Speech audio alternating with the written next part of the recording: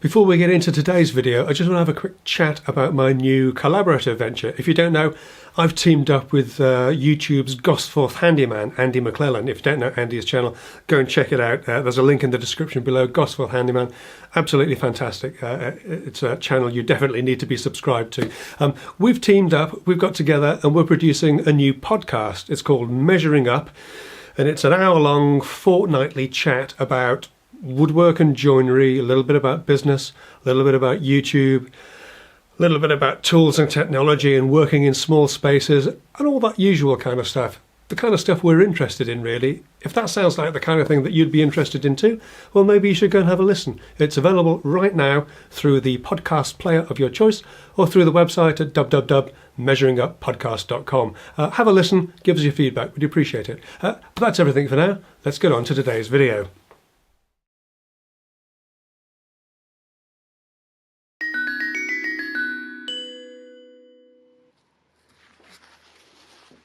In this video we're continuing with our long run of cabinets, and we start with the glazed doors for the centre bookcase. I'm rebating the rails and stiles to take the glass panel, and I've set up the router for a quick test. Obviously the stiles need a stopped rebate, and I'm gauging this with a simple pencil mark on the workpiece, carefully feeding this in and out by hand at either end of the cut.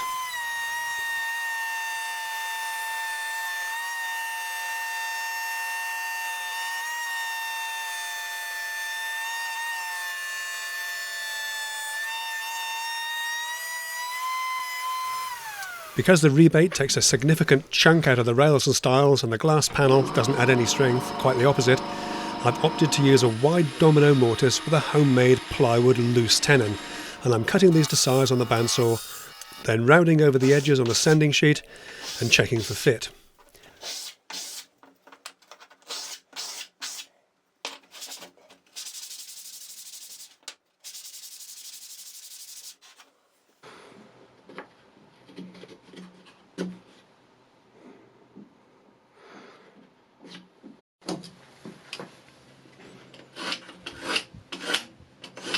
Then cross-hatching the faces with a utility knife to help with glue retention, then checking for fit again.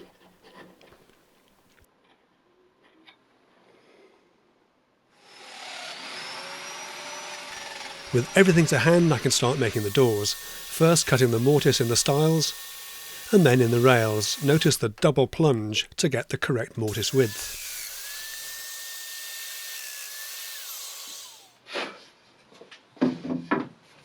After that, it's a door build in the usual way, with the loose tenons, plenty of glue and clamps.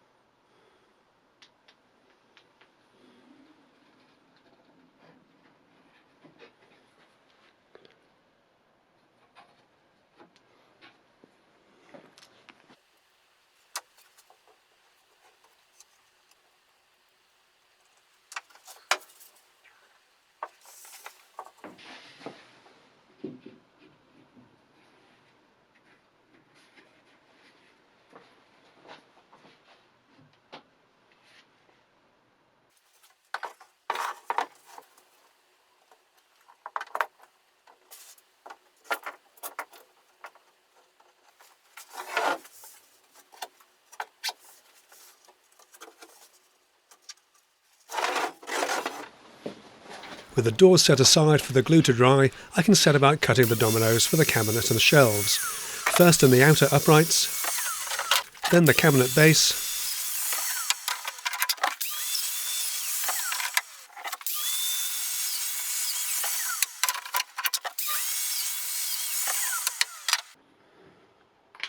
then switching to a 12mm plunge, cutting the inner shelf uprights.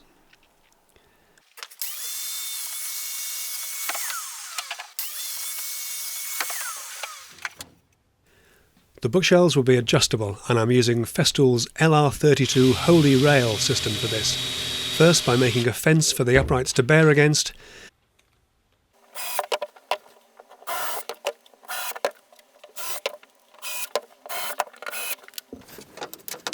then fitting my 32mm disc to the rail, setting the shelf pin distance and marking the in and out points with tape, before setting the rail and drilling the pinholes.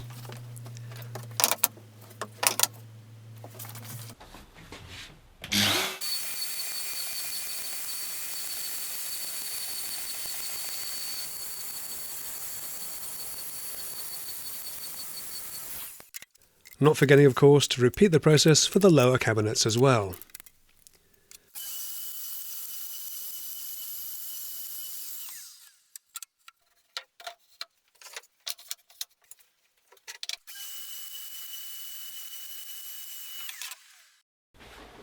With the doors set and unclamped, I can square off the corners of the rebate with a sharp chisel or two.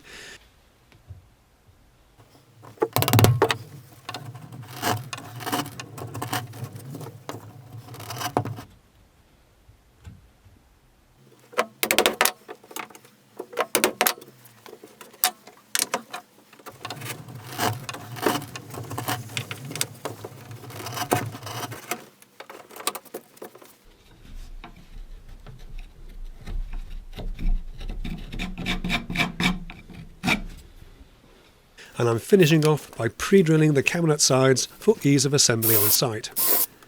Then everything gets a good coat of water-based acrylic primer undercoat, and I can't deny it, that's a lot of painting.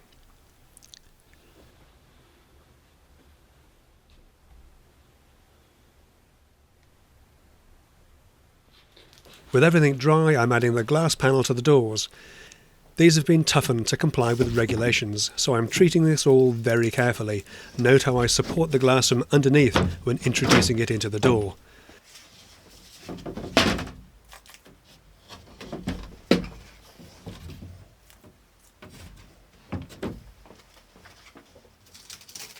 Once in place, I can peel back the protective blue film from the edges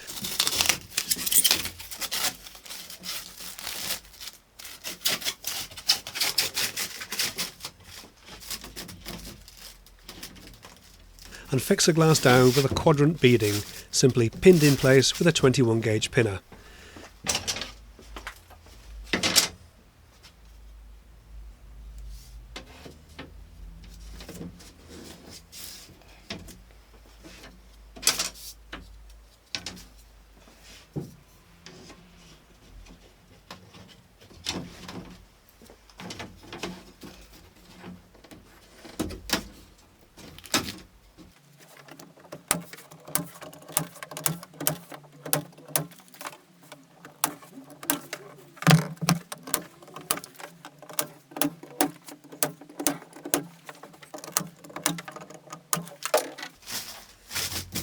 Then replacing the protective film to cover the glass.